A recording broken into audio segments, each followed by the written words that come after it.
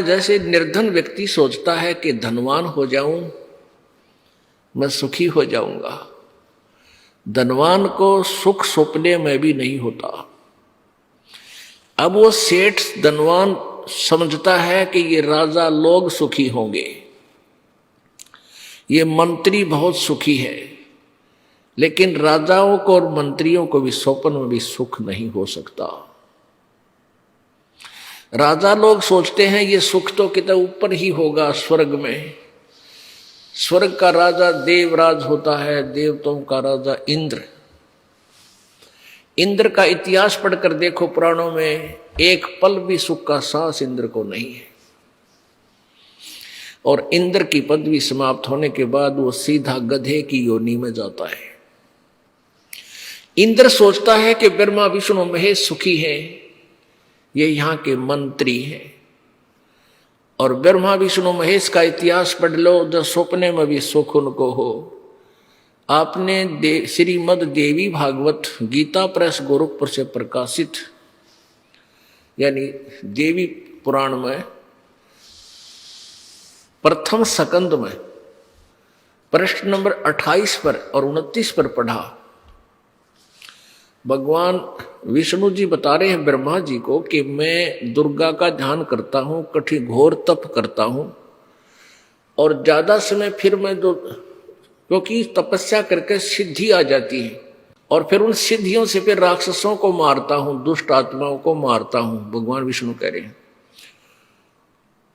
और थोड़ा बहुत कोई समय मिलता है, सौभाग्य प्राप्त होता है, तो लक्ष्मी के साथ सुखपूरी समय बिता पाता हूं, नहीं तो मैं ज्यादातर समय युद्ध में ही व्यतीत करता हूं। तो कहाँ सुख हुआ श्री विष्णु जी को। और विष्णु जी का अवतार श्री रामचंद्र जी आए थे। जय श्री रामचंद्र जी को कभी सपने में भी सुख हुआ हो तो, और विचार कर लो, हम उनको भगवान मान रहे थे।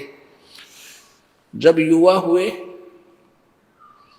शादी होगी, विवाह होते ही वनवास हुआ, और वनवास में सीता जी का अपहरण हुआ। फिर रावण के साथ युद्ध हुआ, लाखों लोग मरे, करोड़ों व्यक्ति मारे गए। फिर सीता जी को वापस लाए, एक धोबी के व्यंग से गर्भवती सीता जी को घर से निकाल दिया। वो बेचारी कहीं कहीं भटकती हुई और वाल्मीकि महर्षि जी के आश्रम में जाके उस माई ने शरण पाई। अब रामचंद्र जी राजा और परिवार उसके पास नहीं, ना जाने कहाँ दुख पा रहा है, तो वो व्यक्ति कभी भी सुखी नहीं हो सकता जिसका परिवार बर्बाद हो चुका हो। बताओ वो क्या सुख था। तो सारी पृथ्वी का राजा बन जावे, आग लगे इसे राज के। और फिर रामचंद्र रूप में उसने बाली को मारा था, सुग्रीव के भाई को, विष्णु जी ने अर्थात रामचंद्र जी ने। उसका प्रतिफल उसने स्वयं श्री कृष्ण रूप में आकर बदला दिया। एक शिकारी ने भगवान श्री कृष्ण के पैर में तीर मार के उनका वध किया। और श्री कृष्ण जी का जीवन, पूरे जीवन का इतिहास देख लो, सारा जीवन दुख में, जन्म जेल में, माँ बाप जेल में, मामा शत्रु बन गया, मारने के लिए पीछे पीछे दौड़ रहा है, कभी केसी मारने जा रहा है, कभी पुतना जा रही है, कभी कोई भाग रहा है, कोई कुछ कर रहा है, कभी चाणोर उसके पीछे लगा है, कभी जरासंध और कभी काल्यवन।